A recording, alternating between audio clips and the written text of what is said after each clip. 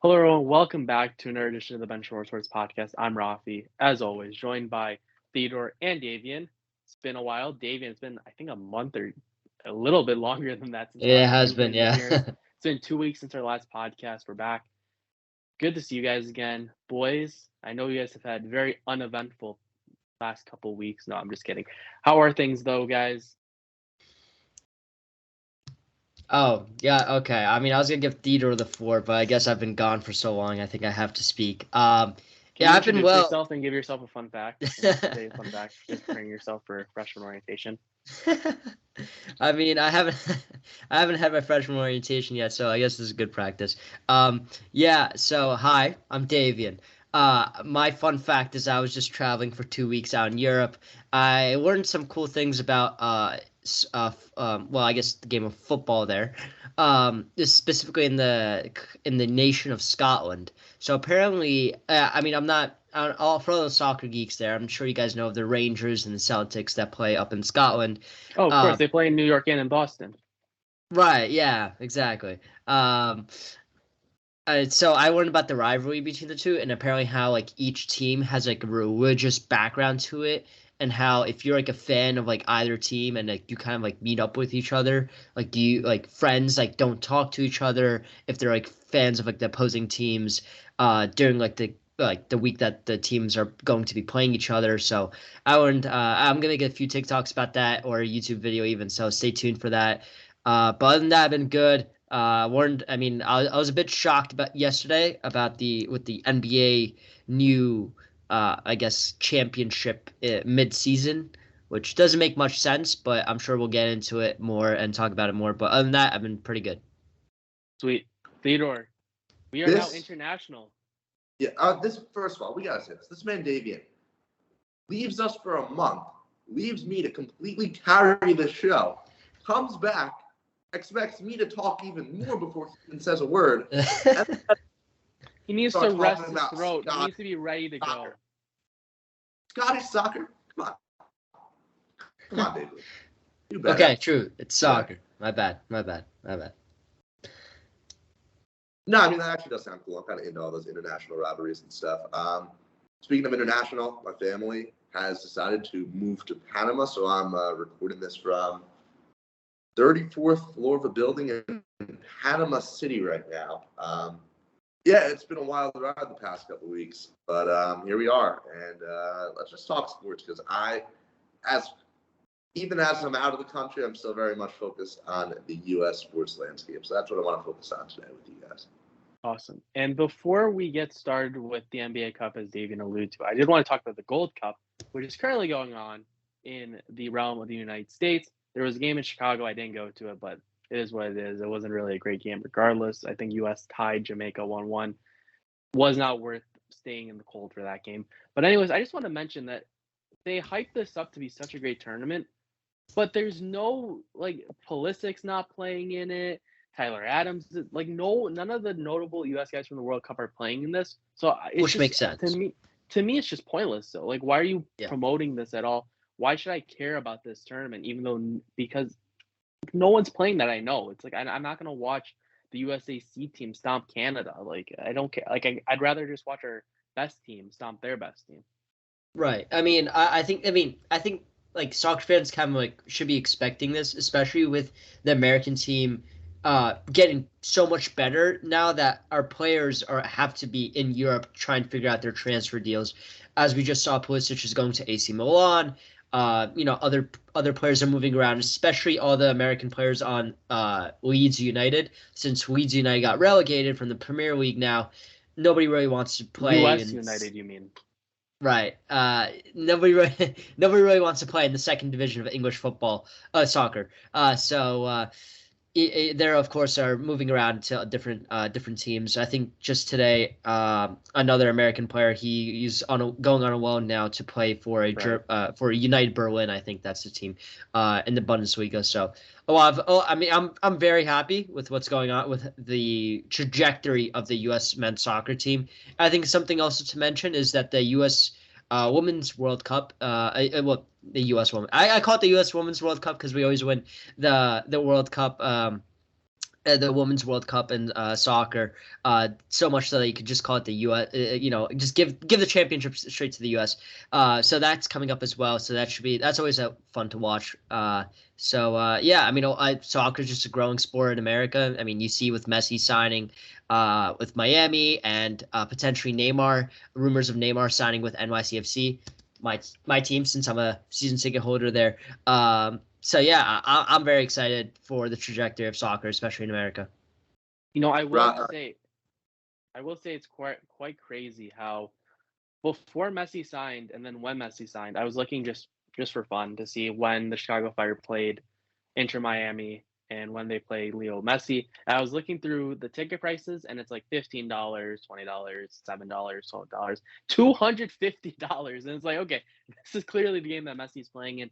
And it says Soldier Field, middle of October. I can't even go to that, so it's gonna be terrible weather. It's at Soldier Field too. It's gonna be awful, but hey, people want to see Leo Messi. People are lining up, and it's gonna do great things for the MLS. If the NHL can figure out their marketing, hopefully they can do it soon, because the MLS is certainly breathing down the NHL's neck at the moment. Theodore, you had something that you wanted to say.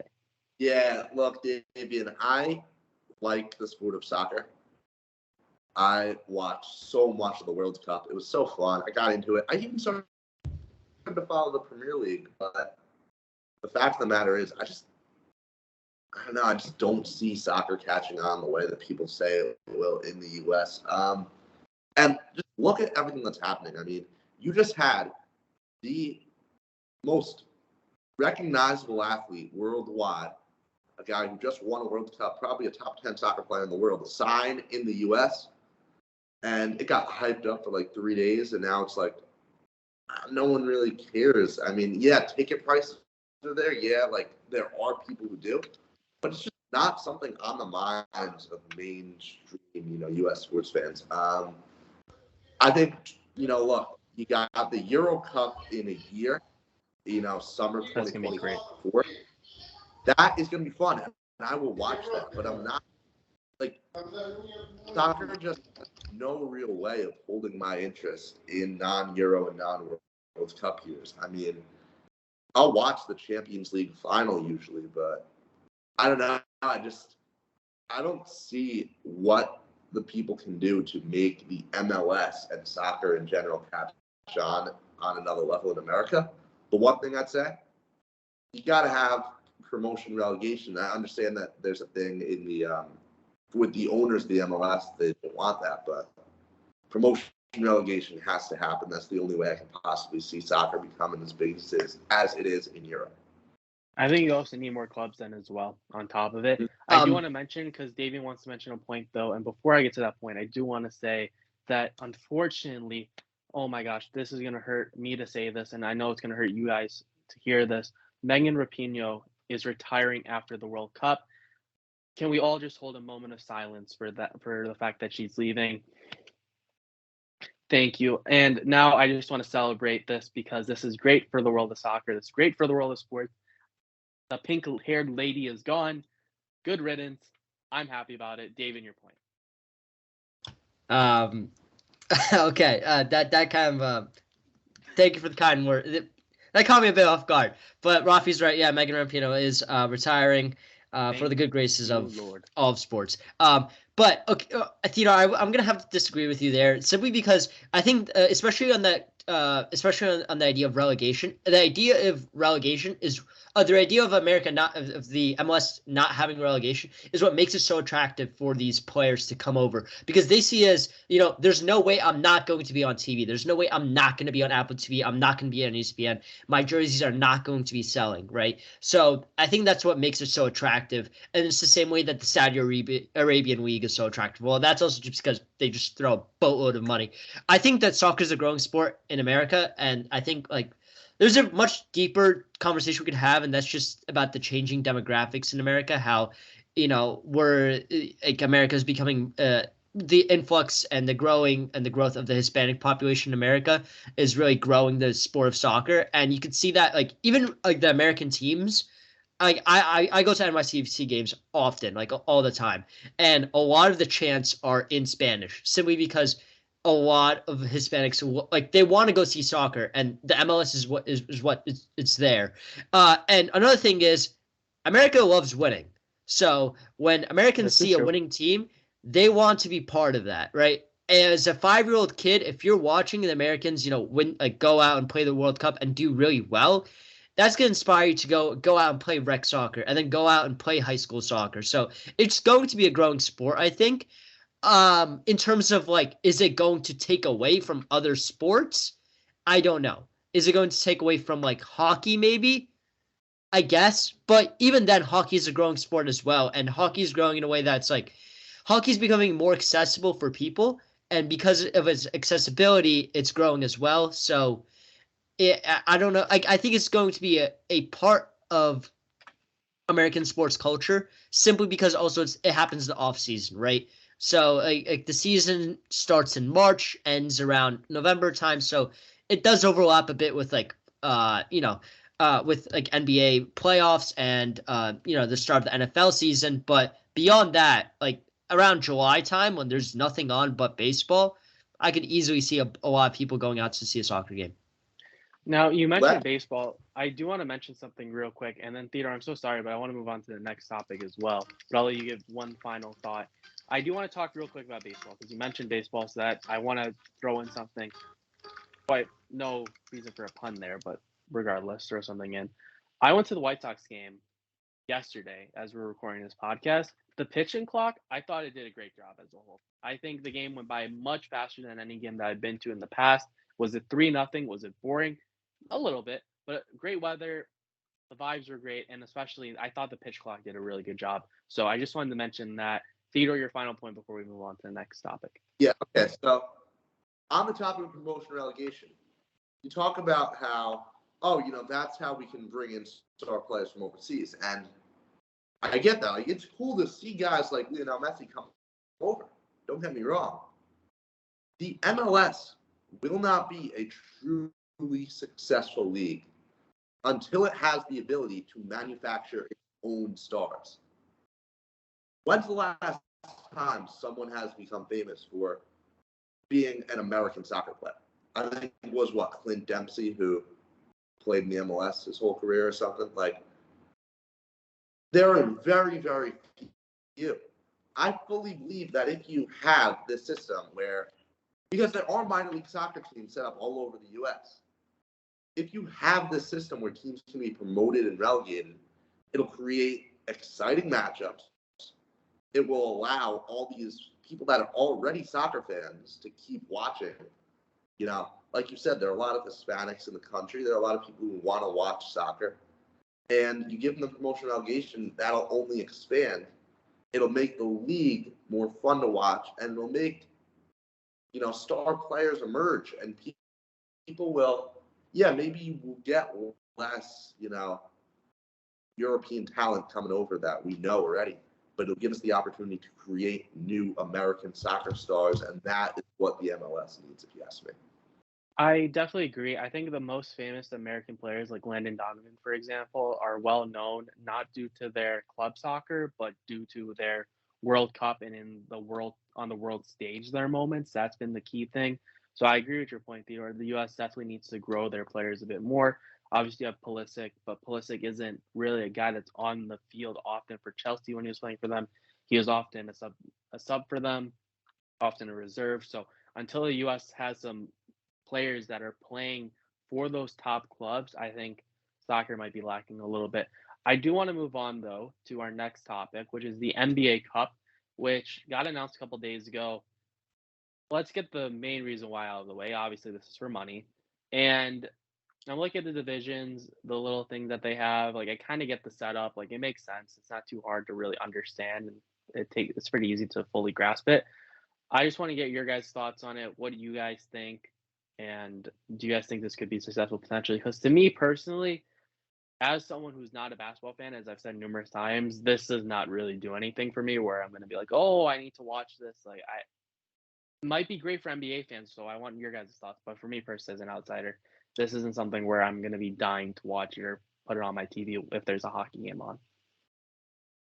I could care less as an NBA fan. It does not add anything to the game other than, hey guys, like we're gonna have this little championship thing now, middle of the season, and we're gonna get players motivated to play. It's just an NBA All-Star game with a different name. It's just I think it's just another regular season game. The players are not going to take it seriously, other than the younger players.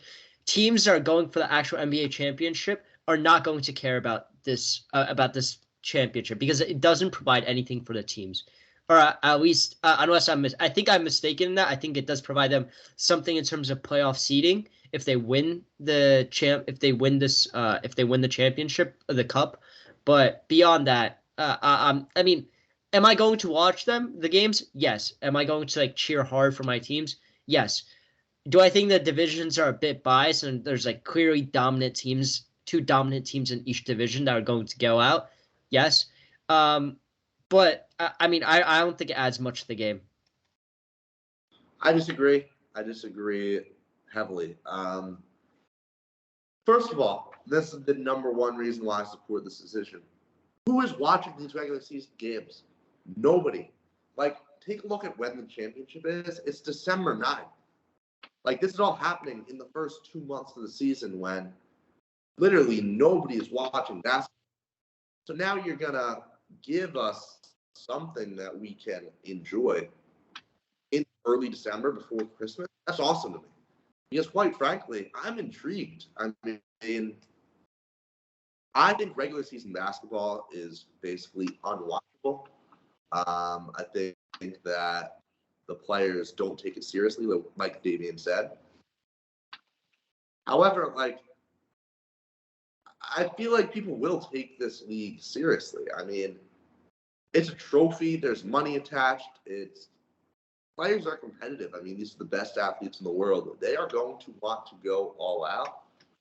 And I don't know. I'm just really, really excited to see these games and how they shake out and who takes the first ever NBA Cup. I'm leaning alongside Davian's thoughts just for the sole purpose of, as he was saying earlier, if you're a team that's really, really good and is destined for a deep run, why put your players out on max minutes, this, that? Why risk injury for something that does not matter in comparison to the NBA Finals, the Larry O'Brien Trophy? I think for a lot of teams, yeah. Why do you say it doesn't matter? Because it's not worth the injury. Why does the NBA championship matter? Because that's the built-in de facto championship after you play all these playoff games. These are regular season games that are used to jack up gate prices. This is where I think the disconnect is between people who think that this is a good idea and people who think it's a bad idea. I think this is going to be built in as a meaningful cup.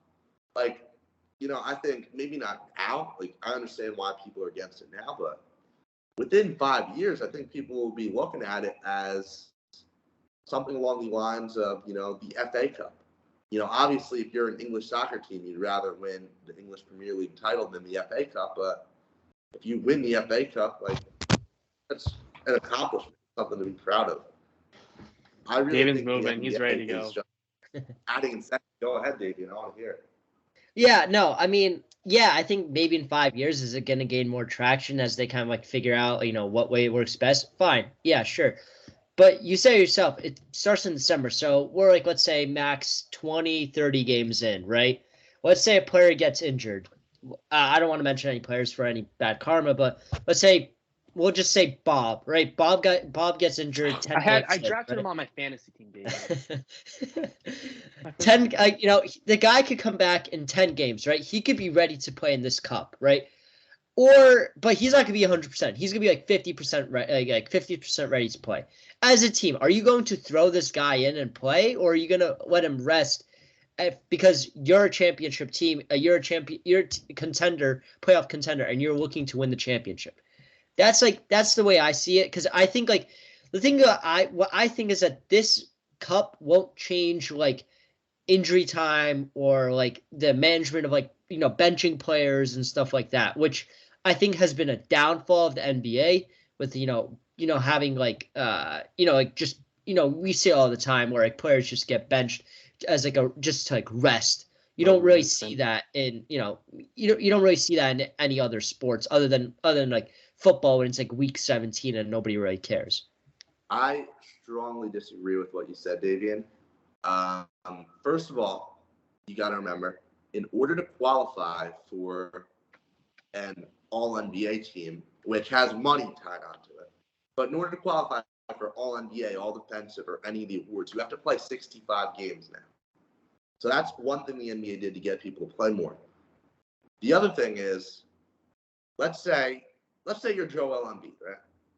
And you just won the MVP, but everyone's laughing at Joel Embiid right now, right? Like, he is a laughingstock because of how poorly he played in the playoffs. Or even if you can be any of these guys who've never won a ring, like Devin Booker, Chris Paul. You're telling me that like Chris Paul isn't going to go all out to win an NBA Cup with the Warriors this year? He absolutely will. Sure, it's not the NBA championship, but at the end of the day, it's an award.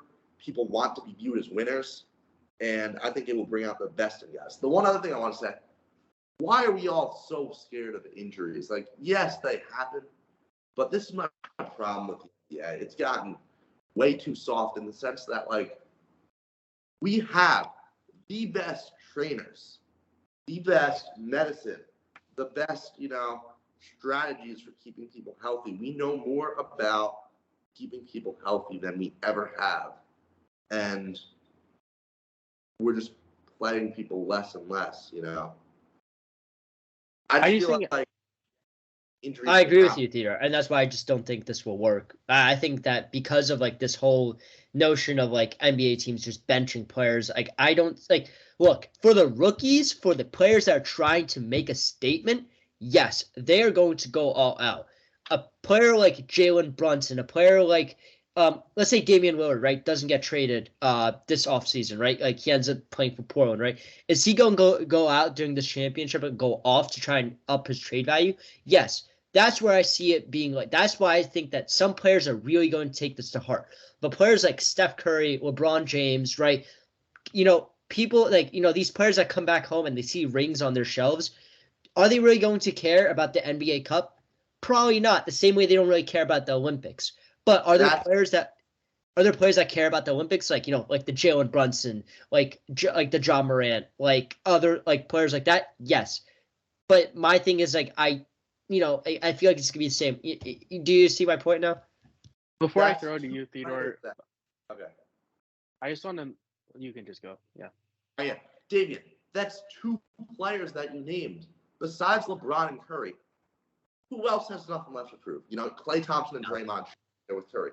I can't think of a single other player who KD had a resume so bolstered up that they wouldn't benefit from winning this NBA. Like, yeah, I could absolutely see LeBron James sitting out games. I could probably see Kawhi Leonard also, sitting out these NBA Cup games because, he's already proven he's a winner or whatever. But the fact of the matter is, we don't have many established winners in this league right now. Like, even Giannis, he won a ring 2 years ago, and now people already are starting to question, is this a guy who got lucky in the playoffs? Can he really be a winner again?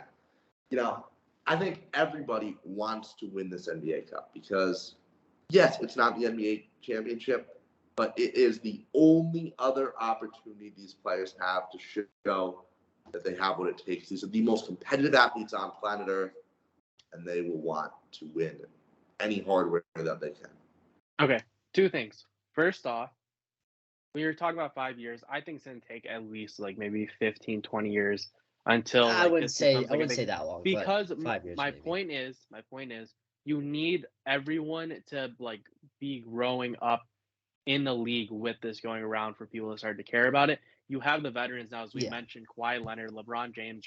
I don't think any of those guys care at all about this because they're so fixated. Their minds are just very focused. The blinders are on. They're like, all I care about is the NBA championship. That is what I've been raised to. That's what I've been practicing for. That is why I'm in the NBA. It's for this. Now you have younger players in the coming years, and in 5-10 years, we're going to be like, okay, I want to win the NBA championship, but I also want to put my foot down as potentially an NBA Cup winner. So I think it's going to take a little bit. this next generation is going to have to be the ones that really start to care about this, because I don't think any of these veterans who are older really care too much about this. Chris Paul wants an NBA championship because that's what he's been raised by. But then again, I don't know Chris Paul though, but I do like State Farm Insurance. So if he's doing that, then sure, I'll go with it. Another thing too is with a lot of the players trying to prove themselves, as you guys were saying before, I would not be surprised if a lot of upsets are happening during this cup, just because there's going to be teams who are, let's be honest, there's going to be teams instantly after the first game who are basically like out of the playoffs. You can just be like, dang, they're not making it for any reason. So those teams who are clearly out of it by 20, 30 games of the season, those games are going to be really important to them because they're going to recognize, hey, we're not going to make the playoffs this year. We might not even make the play-in tournament. Let's try to have a positive thing happen for our team this season. So there's a good end of it, Theodore, where it's discouraging tanking in a way. I feel like where these teams that are not playing well, they're going to want at least some positive thing rather than, oh, we're losing this, we're losing that.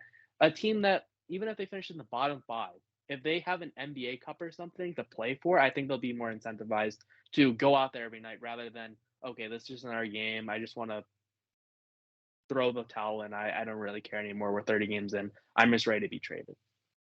Yeah. Yeah. Go ahead, Theodore. Yeah, Raffi, and this is why my one problem with the Cup is that I think it should extend a little further into the season. Right. I agree with that. If we had a chip in like March, then what you'd be saying is true. Like you'd have a 20 and 42 team trying to win an NBA Cup where they're still trying to win games. Because no one's fully tanking by early December. Like, it's clear who the bad team's going to be, but even, like, the Houston Rockets and Pistons will be trying to win then still. But I still – so, yeah, I think in the future they're definitely going to want to space this out a little more. However, I do absolutely agree with what you're saying. You know, speaking as a Thunder fan, you know, we got the Warriors in our division. They're not really going to try. They're the one team who really won't care about an NBA Cup. We got the Kings. They're a decent team, but, like, I could see OKC catching fire, really being motivated. SGA wants to win an NBA Cup, and like there'll be stories like that where you know teams that you wouldn't expect are making some noise in the NBA Cup, and it'll be great for the sport of basketball. I think that could be really big for the NBA Cup if we see those teams. Like for example, Theodore, you mentioned it perfectly. Like the Oklahoma City Thunder, a really young team, to have something like that already, where you have an NBA Cup or just go on a deep run. Even if the Thunder, let's say, win like 30, 35 games, and like obviously I think they could potentially be a play-in tournament team, but we'll discuss that as we get closer and closer to the NBA season. For a young team like the Thunder to at least say, okay, we don't have the NBA title, but we have this cup. Okay, we lost in the finals. It at least makes them feel like, okay, as a team, we're close to potentially being an NBA champion. Okay, we like what we have right now. We like our mojo in the locker room. We know what it takes to win. So for younger teams, and obviously, as I said, as time goes on, this could be a good thing just because it'll be built in and these players will be wired to not just be fixated on the NBA championship. Obviously, that's the main thing. Every team wants to win. But having that additional cup as time goes on, that'll be just something that players are like, okay, like I want to win this too. Why not?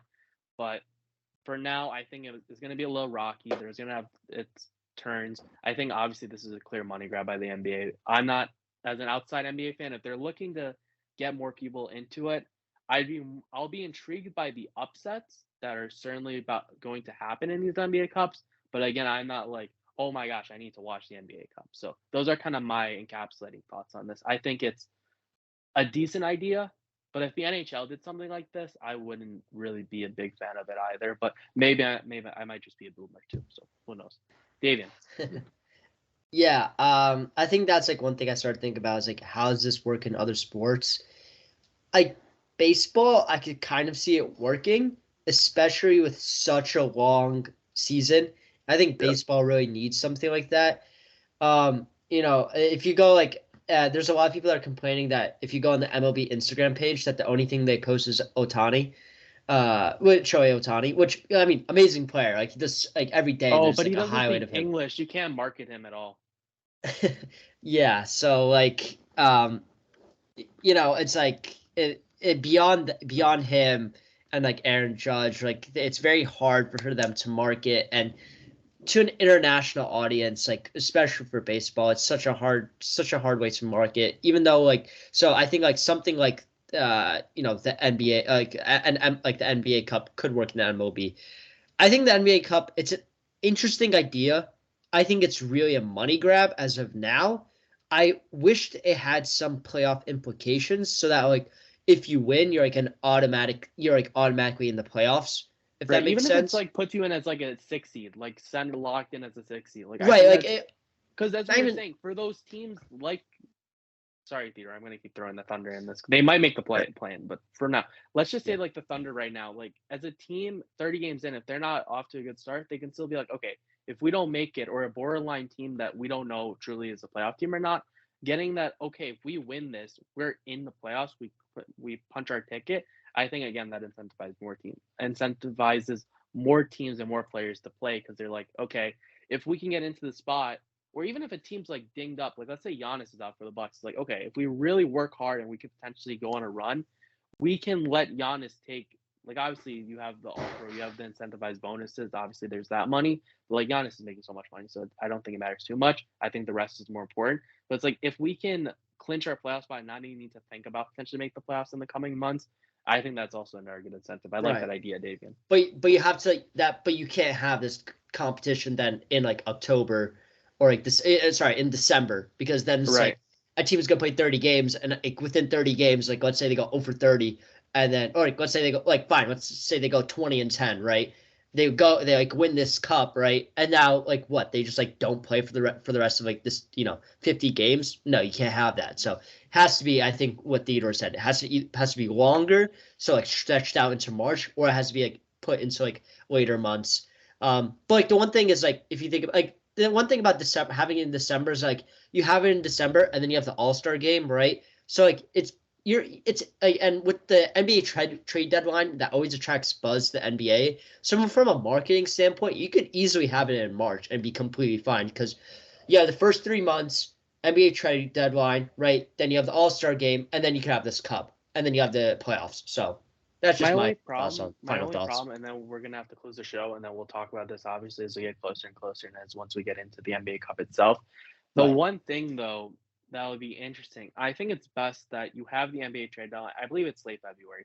You have the NBA trade deadline in March, in early March. You're gonna have to have the NBA Cup and early February because there's gonna be teams that are looking to sell and they don't want their players to get hurt in this tournament. Like obviously we talked about this. It's a double-edged sword in a way where on one hand the player could really increase their value and then the team can sell them for more. But there's also the other hand too where if you have a really coveted asset and they get hurt, then you lose out on a ton of value on their end as well. So teams might be more incentivized to just let them stay on the bench and not play them in some of those games. In the championship game, for example, for the sake of, hey, we don't want to risk losing value on this guy if they get hurt. Because I don't think you can trade injured players in the NBA, or at least you need an exception or something. I know the NHL doesn't allow players to be traded if they're injured. But that's something we can discuss more as we get closer and closer to the NBA Cup, as I just mentioned. I hope everyone has a great rest of your day. I hope you enjoyed this podcast. Be sure to follow us, TikTok, Benchwarmer Sports. Subscribe to our channel. We'll get some more hockey videos and other content up in the coming weeks as we get closer and closer to August, which is football season. So we'll have something to talk about. MLB home run derbies tomorrow. I'm very excited about it. It's the one thing during the MLB season that I personally like to watch. I don't really watch anything else unless I'm going to a game. So I'm excited about that. For Theodore, for Davian, I'm Raffi. I hope you enjoyed this edition of the Benchwarmer Sports podcast. Once again, have a great rest of your day. See ya. Joey Chestnut's the GOAT. Peace. Of course.